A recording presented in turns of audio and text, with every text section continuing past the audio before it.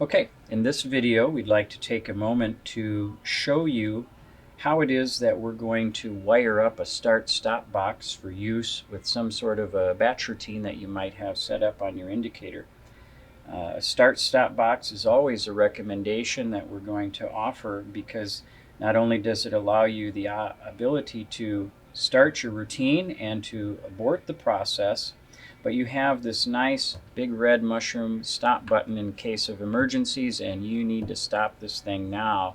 You've got a way to do that, and that's going to tie into the system and work the way that we need to.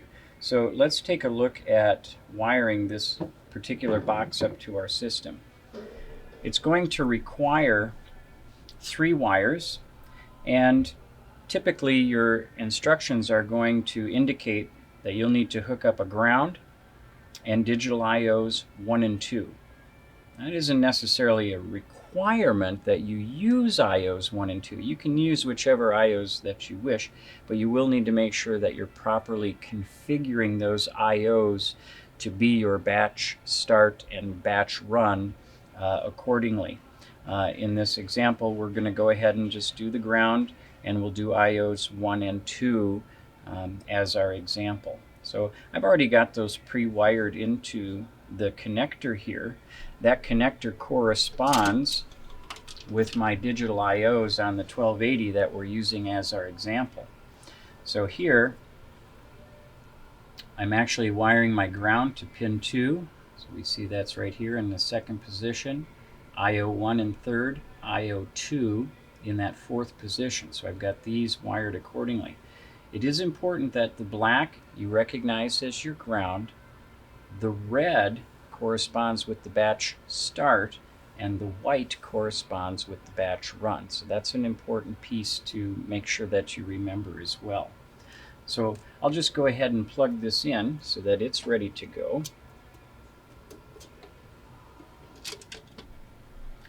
Now, one of the things that we'll have to do in order for the box to work properly, we have to configure those IOs to be the batch start and batch run for where we have them plugged into.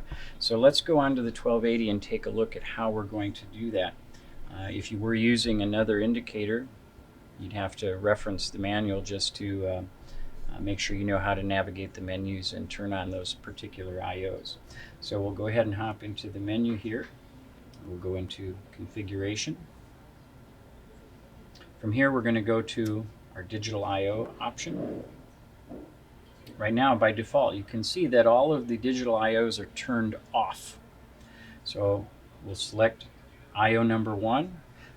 That was our red wire. If we take a look here, that's going to be our batch start. So I'm going to come down in my list of possible settings and I'm going to go ahead and select the batch start. We make sure we see the little green check there. Navigate back up to the top, select done. Then we'll go to IO number 2. This needs to be our batch run. That corresponded with the white wire.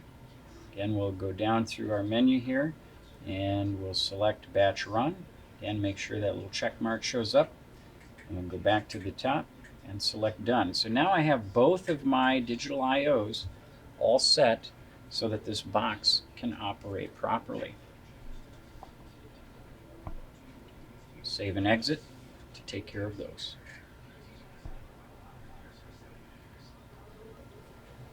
So now that we have the start-stop box properly wired up and we have the IOs properly configured so that it can work properly, we'll need to go ahead and make sure that we have some sort of batching set point here to make sure that we see that it works. So let's go ahead and do that real quick. Go into configuration. We'll go to set points this time. We'll make sure our batching mode is turned on. We'll set it for manual restart. We'll select done. Then let's take a look at set point number 1. For our example, we'll make it real simple. We'll just go ahead and tap our pencil here. We'll make it a gross set point. We'll select done. And we'll give it a value of, let's say, 400 pounds. Hit done. We can allow it to trip higher. That's just fine. We'll go into settings and we'll make sure that this is part of our batch. And then we'll save and exit.